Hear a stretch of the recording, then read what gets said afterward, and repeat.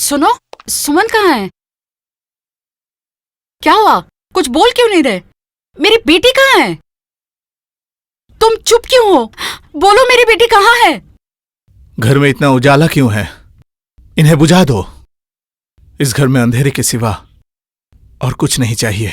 नहीं, आज इस घर में रोशनी जलेगी क्योंकि आज मेरी बेटी का जन्मदिन है। हाँ, जन्मदिन। आज उसका जन्मदिन है और आज ही मैंने अपने हाथों से उसकी मौत की तारीख लिखी है। एक पिता होकर अपनी बेटी के जन्मदिन पर उसे मौत का तोहफा देकर आया हूँ। नहीं, मुझे यकीन नहीं होता। तुम ये नहीं कर सकते। तुम झूठ बोल रहे हो। नहीं, ये झूठ नहीं है। मैं सच कहता हूँ रेखा। मैंने अपने ही हाथों अपनी बेटी की फांसी की सजा दी है।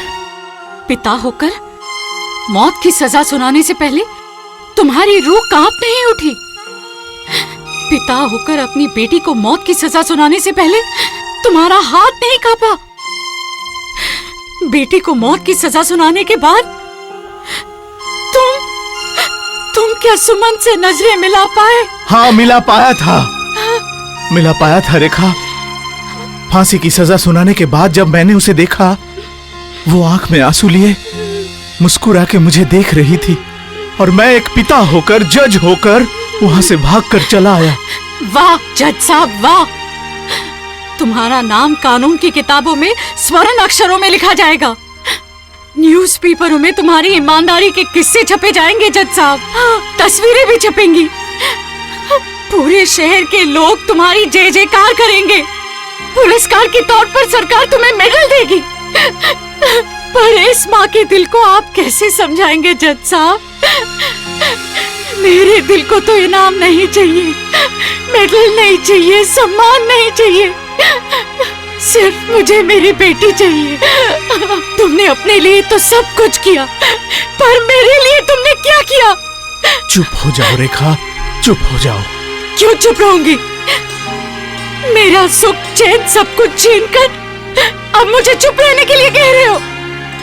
मेरे 10 साल से प्यासी माँ के मन को ठेस पहुंचाकर अब तुम मुझे कह रहे हो चुप रहने के लिए? मेरी ममता का तुमने कत्ल कर दिया और अब कह रहे हो चुप रहने के लिए?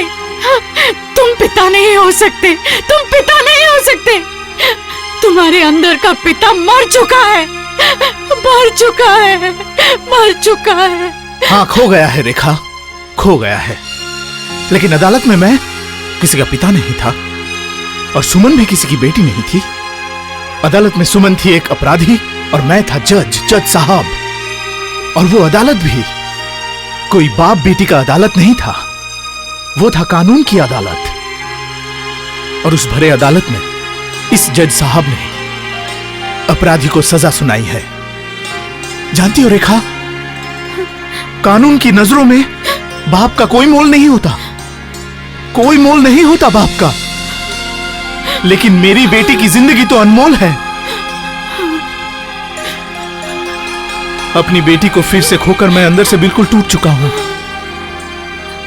मैं भी तुम्हारी तरह कंगाल हो गया हूं, कंगाल हो गया हूं रेखा। मैं अब कभी भी अपनी सुमन को गले से नहीं लगा सकूंगी, कभी भी नहीं।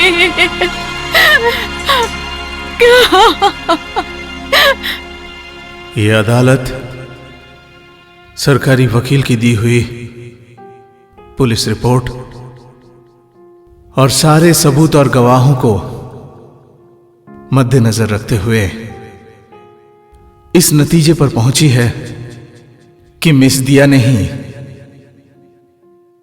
दुलाल दत्त का खून किया है। इसलिए मिस दिया को इंडियन पिनल कोड की दफा 302 के तहत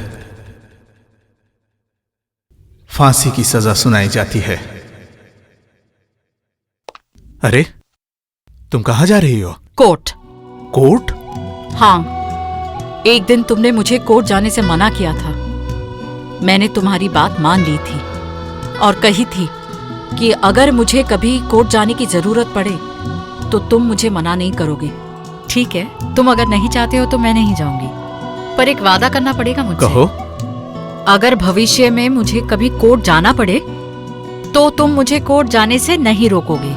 ठीक है, मैं वादा करता हूँ। जिस दिन ये तय हुआ था उस दिन तुम मुझसे हार गए थे, और आज भी मैं तुम्हें हराकर अपनी बेटी को छुड़वा के लाऊंगी। ये कर सकती हो, हरा सकती हो तुम मुझे रेखा।